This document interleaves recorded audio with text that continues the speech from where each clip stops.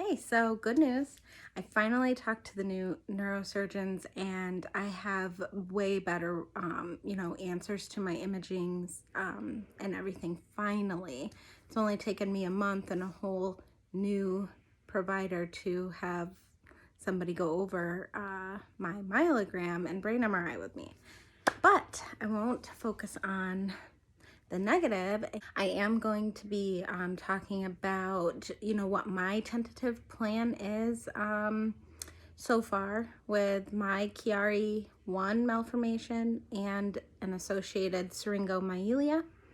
Um, I'm also going to share what my new subspecialist neurosurgeon's office has said about my specific results in my specific case. Keep in mind, everyone is different. So one person with Chiari malformation is not going to be maybe necessarily anything alike somebody else with their symptoms with Chiari malformation.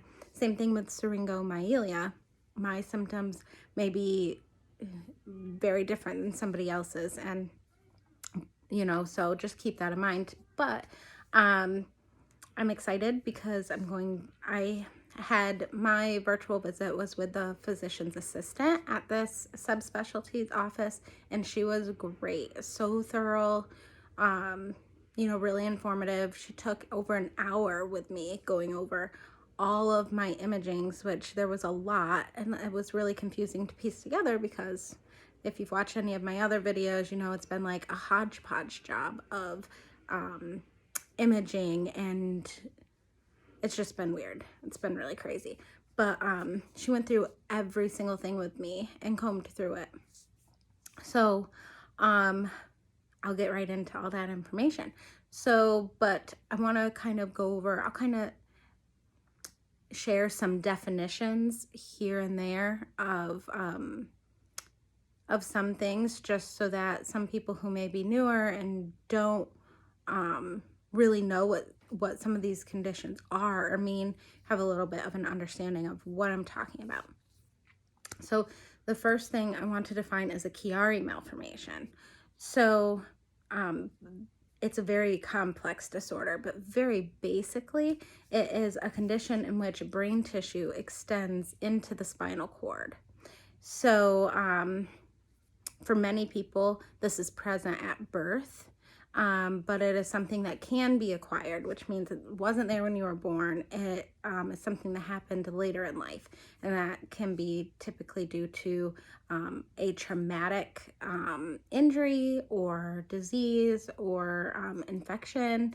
There's different things that can cause it, or even sometimes if you have like a CSF leak really bad, that can kind of like pull the tonsils down, or if you have something going on up in your brain, that can push the lower part of the brain, the tonsils, down into the spinal cord too. So those are some things that could make it be acquired. There are so many different types of Chiari malformations that go from like Chiari 0, which is kind of debated. And then there is Chiari 1, Chiari 1.5, which is also kind of debated, and Chiari 2, Chiari 3, and Chiari 4, I believe. So I have Chiari 1 malformation. They believe that it was present at birth, so meaning they believe it is congenital, something I was born with. So, like I've said, Chiari can get very complex, so I'm just going to stick to what I'm comfortable talking about, which are the things that I am diagnosed with, that I'm going through, that I've had explained to me regarding my specific situation. But there are a lot of different avenues that this can go down, a lot of differences between people, but this is what I have anyways. So there are a few different possible associated conditions with Chiari malformations. Some of them would be spina bifida, tether cord syndrome, spinal curvature, hydrocephalus, and Syringomyelia, which we know that from the title of this, I have Chiari malformation and I have Syringomyelia. I found out I had Syringomyelia first, and it wasn't until pretty recently I found out that I have a Chiari malformation, which is likely what has caused my Syringomyelia. So if you don't know what Syringomyelia is a disorder in which a cerebral spinal fluid filled cyst, which is also called a syrinx, it destroys the center of the spinal cord and presses on your nerves, resulting in pain, weakness, stiffness. You could lose the ability to feel extremes of hot or cold, especially in the hands. It can also lead to paralysis, can cause numbness and tingling in the arms and legs. It could give a cape-like distribution of like numbness or pain. Maybe like heaviness, like you feel like you're wearing a cape is how it's been described to me. I don't have that, so it's hard for me to describe it, but you could look that up as well. Basically, it is that cerebral spinal fluid is getting forced into the center of the spinal cord somehow from something. So the really important thing is to figure out what the cause is. What is causing, if you have Syringomyelia, what is causing that diversion of the cerebral spinal fluid in your case? In my case, it was the Chiari malformation. So hydrocephalus, if you're not sure what that is, that's an excessive buildup of the cerebral spinal fluid, or also known as CSF fluid for short, in the brain. And Chiari malformation can cause this also because it blocks the normal flow of fluid. If there's an area at the base of the skull called the foramen magnum. It's a hole in the bottom of the skull where the spinal cord goes through. And if your brain is protruding down through there, it can make that, what should be a hole that has plenty of fluid to kind of circulate, it can make that very tight. So it can make it so that fluid can't freely get through like it should. So that can cause that fluid to be diverted into the spinal cord where it shouldn't be. And it could also cause fluid to build up in the brain where it shouldn't be. And that can cause headaches and all sorts of different problems if it's pressing on your brain stem. Our brain stem controls like a whole bunch of our like automatic functions, breathing and stuff like that. So it can be pretty serious if it's not addressed or taken care of, if that is something that you have going on in addition to your Chiari malformation. Now, sometimes Chiari malformations don't always cause these things to happen. People can have a Chiari malformation, but when they look at that foramen magnum, that hole in the bottom of the skull, if there's enough room for fluid to get through, even though that you have the Chiari malformation, but there's still enough room to get through, then, you know, you're not gonna really necessarily have any symptoms, probably. Or maybe they aren't as severe, or you're not necessarily going to have hydrocephalus in addition to the Chiari malformation because there's no blockage of fluid there. Or you might not necessarily have end up getting Syringomyelia because there's no blockage of fluid there. So it's important to know that a lot of times people have Chiari malformations and they don't have all these other problems, and they don't necessarily need surgery. So that's just something that's important to keep in mind too. Everybody's different. So now that I got through that, and it's like 10 minutes into the video, sorry, I'll go over what my new subspecialist neurosurgeon's office said. Now, these are some of the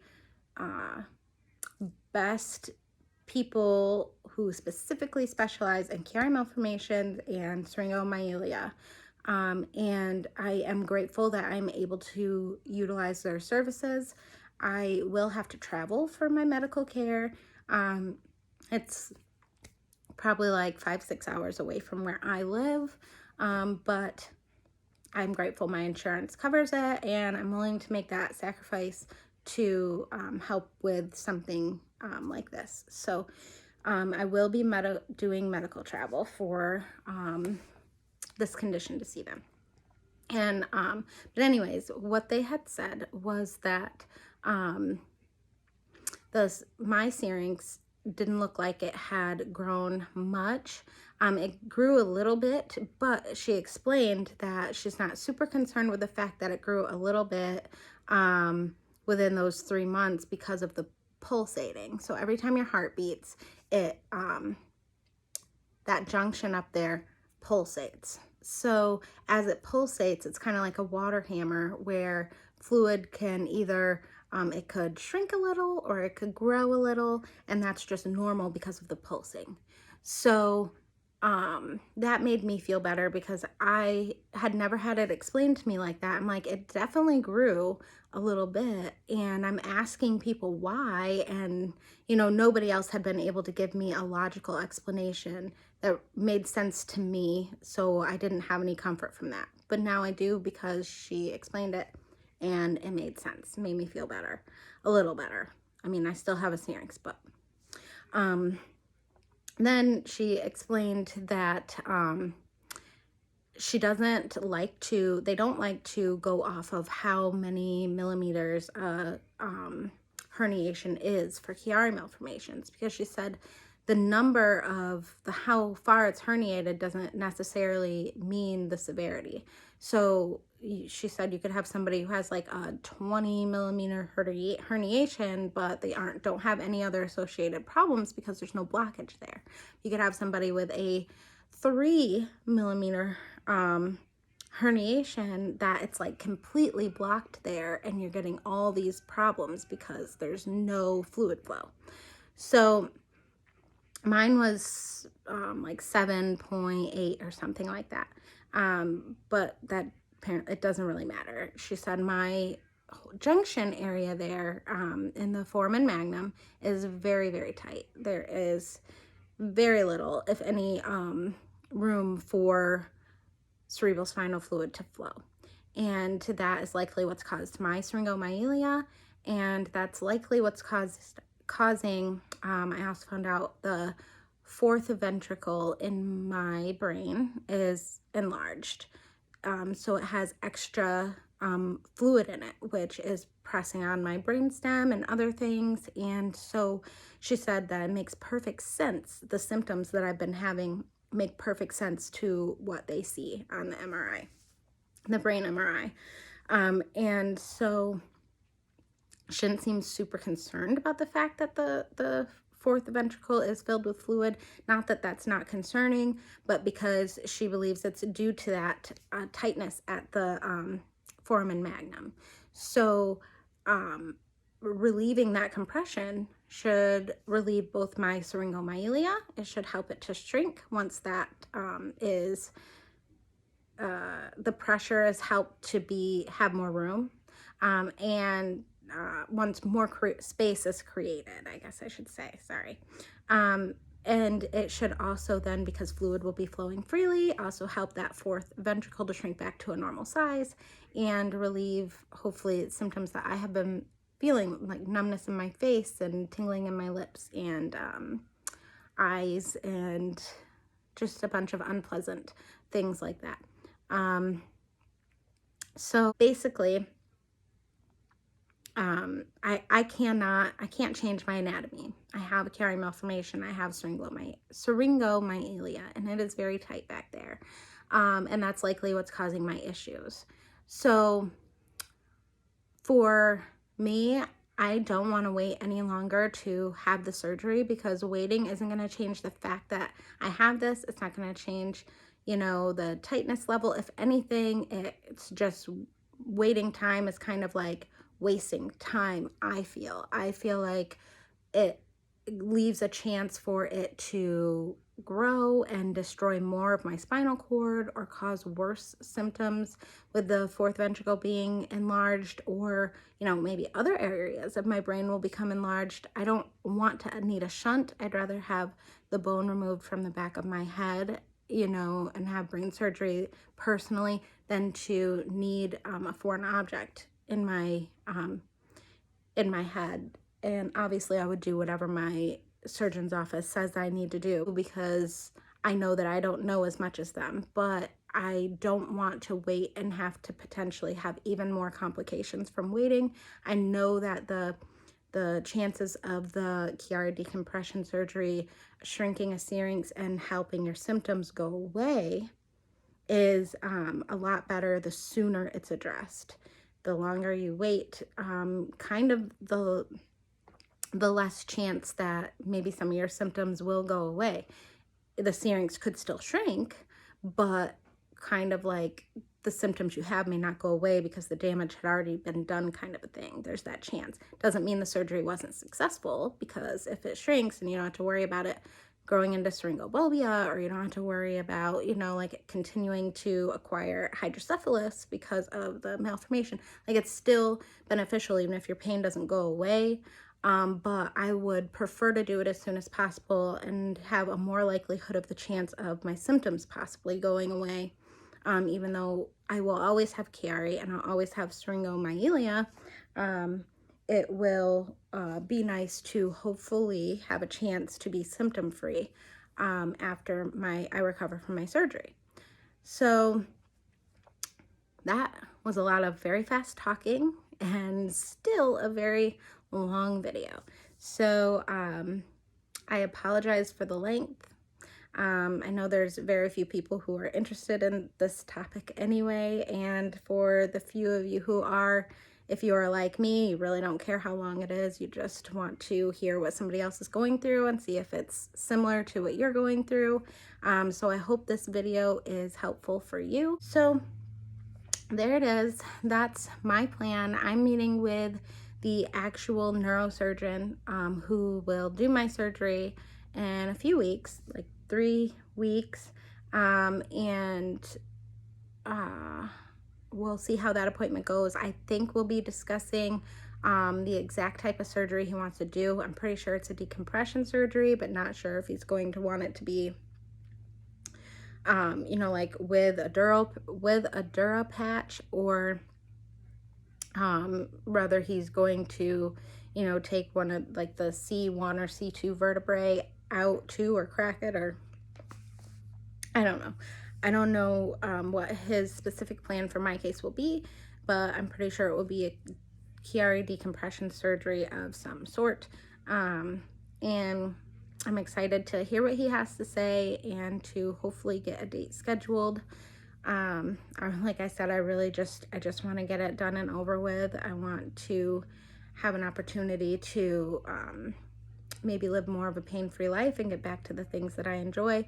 But even worst case scenario, if my pain doesn't go away, I will just be grateful to hopefully my complications subside after the surgery and the syrinx shrinks, even if the pain doesn't go away, and the fourth ventricle shrinks, and not have to live with the fears that accompany having those things continuing to grow.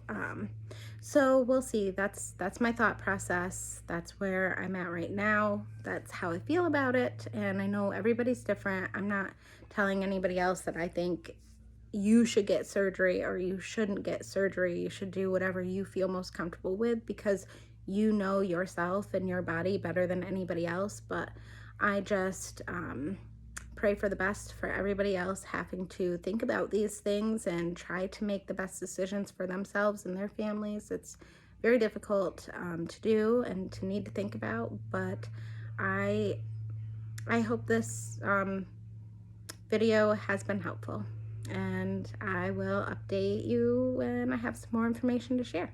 Bye.